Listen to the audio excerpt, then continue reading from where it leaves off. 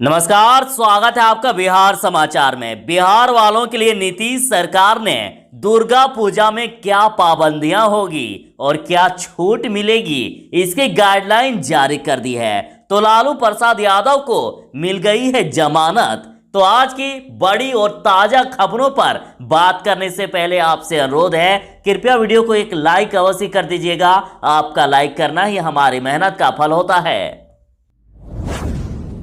बड़ी खबर है कि दुर्गा पूजा को लेकर नीतीश सरकार ने जारी कर दी है गाइडलाइन। बिहार सरकार ने दुर्गा पूजा को लेकर शुक्रवार को गाइडलाइन जारी कर दिया है और कोरोना संक्रमण के कारण इस बार सूबे में कोई मेला नहीं लगेगा। इसके अलावा लाउड स्पीकर के इस्तेमाल पर भी रोक लगा दिया गया है। पंडाल का निर्माण किसी विशेष थीम पर नहीं किया जा सकता है। सामूहिक प्रसाद वितरण पर भी रोक रहेगी और इस संबंध में गृह विभाग ने दिशा निर्देश जारी कर दी है। वहीं दूसरी ओर दुर्गा पूजा के दौरान पंडाल निर्माण पर रोक लगाने से राजधानी के टेंट कारोबारियों को मायूस होना पड़ा है। बिहार कोरोना अपडेट की बात करें तो बिहार में पिछले 24 घंटे में 99,496 सैंपल की हुई जांच, जिनमें से 1,155 नए कोरोना पॉजिटिव मरीज मिले और संक्रमितों की कुल संख्या 1,93,826 हो गई। और यदि ये बात करें कि आखिर कहां से कितने नए मरीज मिले, तो पटना में सबसे ज्यादा 237, अररिया में 30, अरवल में 3, औरंगाबाद में 21, बांका में 16, बेगूसराय में 6, भागलपुर में 37, भोजपुर में 18, बक्सर में 9, दरभंगा में 9, पूर्वी चंपारण में 68, गया में 43, गोपालगंज में 26, जमुई में 20, जहानाबाद में 13, कैमूर में 16, कटिहार में 70, खगड़िया में 3, किशनगंज में 30, लखीसराय में 35, मधेपुरा में 36, मधुबनी में 15, मुंगेर में 17, मुजफ्फरपुर में 71, नालंदा में 34, नवादा में 18, पूर्णिया में 52, रोहतास में 23, सहरसा में 23, समस्तीपुर में 24, सारण में 25, शेखपुरा में 6, शिवहर में 5, सीतामढ़ी में 20, सिवान में 10, सुपौल में 26, वैशाली में 29 और पश्चिमी चंपारण में 11 नए कोरोना संक्रमितों की पहचान हुई।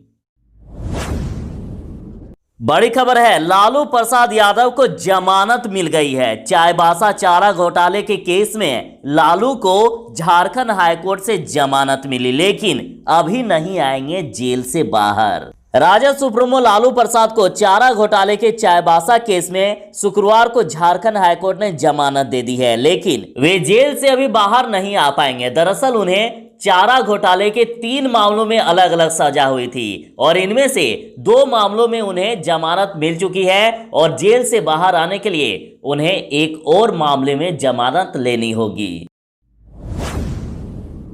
खबर आ रही है कि बिहार विधानसभा चुनाव के परिणाम के दिन पटना आ सकते हैं लालू यादव। राजद अध्यक्ष लालू प्रसाद यादव को चारा घोटाले के चाईबासा कोषागार से जुड़े मामले में जमानत तो मिल गई है, लेकिन बिहार विधानसभा चुनाव तक वे जेल में ही रहेंगे। वे 9 नवंबर को जेल से बाहर आ सकते हैं और उसके अगले दिन यानी 10 नवंबर को पटना आ सकते हैं और 10 नवंबर को ही बिहार विधानसभा चुनाव के नतीजे की घोषणा होगी। ऐसा इसलिए क्योंकि चारा घोटाले के दुमका कोषागार मामले से जुड़े केस में अभी लालू को जमानत मिलनी बाकी है। चाईबासा कोषागार मामले में 2018 में सीबीआई की विशेष कोर्ट ने लालू प्रसाद को 5 साल की सजा सुनाई थी और इस सजा की आधी अवधि शुक्रवार को पूरी हो गई और जिसके आधार पर लालू प्रसाद को जमानत मिली है।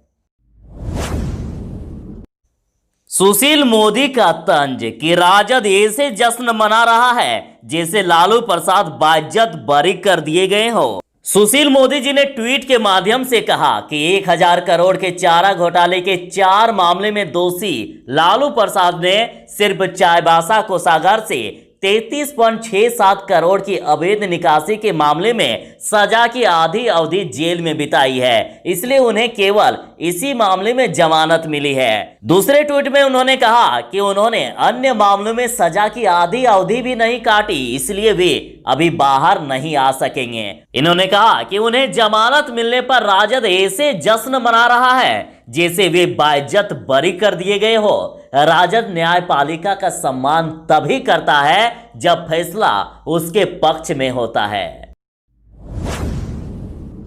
सुपौल में जनसंपर्क करने पहुंचे बीजेपी विधायक नीरज सिंह बबलू का ग्रामीणों ने किया घेराव।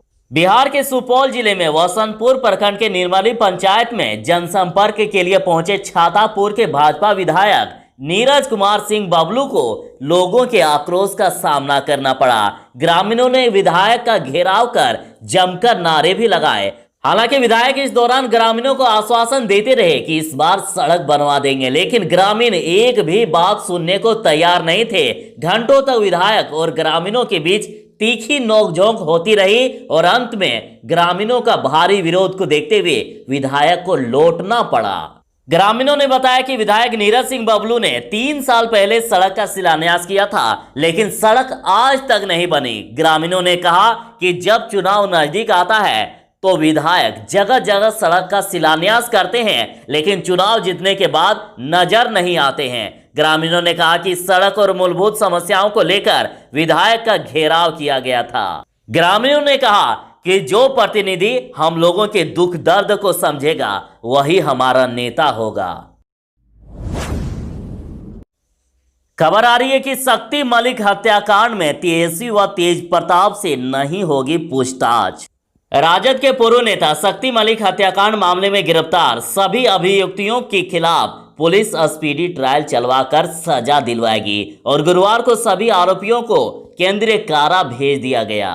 थानाध्यक्ष ने बताया कि पुलिस कभी भी 90 दिनों के अंदर चार्जशीट जमा कर सकती है और बताया कि अपराधियों ने गुनाह कबूल कर लिया है और नामजद अभियुक्तों को बेगुनाह बताया गया था और अब इस मामले में तेजस्वी तेज प्रताप समेत अन्य किसी भी नामजद अभियुक्तों से किसी भी तरह की पूछताछ नहीं की जाएगी। एक पुत्र की अपने पिता को श्रद्धांजलि और कहा, ना रह के भी दिल के पास रहेंगे, आप हमेशा याद रहेंगे। लोजपा के पूर्व अध्यक्ष और केंद्रीय मंत्री दिवंगत रामविलास पासवान का पार्थिव शरीर शुक्रवार को शाम 5 बजे विशेष विमान से पटना लाया गया और इसी बीच यहां कोने कोने से अनेक शुभचिंतक अंतिम दर्शन के लिए पार्टी कार्यालय पहुंचे। वहीं सोशल मीडिया पर लोग उन्हें श्रद्धांजलि दे रहे हैं और इसी क्रम में लोजपा के ट्विटर हैंडल से शुक्रवार को एक वीडियो जारी किया गया जिसमें से लिखा है, ना रह के भी दिल के पास रहेंगे, आप हमेशा हमें याद रहेंगे। एक पुत्र की अपने पिता को और बिहार की अपने अभिभावक को आश्रुतिपूर्ण श्रद्धांजलि।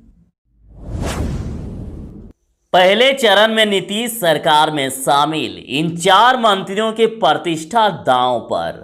बिहार विधानसभा चुनाव 2020 में पहले चरण में जदयू के 35 प्रत्याशी एनडीए की ओर से मतदान में होंगे और इनमें से 4 जदयू कोटे के सरकार के मंत्री हैं और जिनकी प्रतिष्ठा दांव पर होगी। और मंत्रियों में ग्रामीण कार्य मंत्री शैलेश कुमार जमालपुर तो परिवहन मंत्री संतोष निराला राजपुर सुरक्षित सीट से, जबकि साइंस एंड टेक्नोलॉजी मंत्री जय कुमार सिंह फिर से दिनारा सीट पर अपनी किस्मत आजमा रहे हैं। वहीं पिछले चुनाव में घोसी सीट से जीत पाने वाले शिक्षा मंत्री कृष्णनंदन प्रसाद वर्मा इस बार जहानाबाद क्षेत्र की जनता से जनसमर्थ पाने वाले हैं। और पहले चरण में जदयू ने 35 में से 11 सीटों पर नए उम्मीदवार उतारे हैं जो पहली बार बिहार विधानसभा चुनाव में अपनी किस्मत आजमा रहे हैं।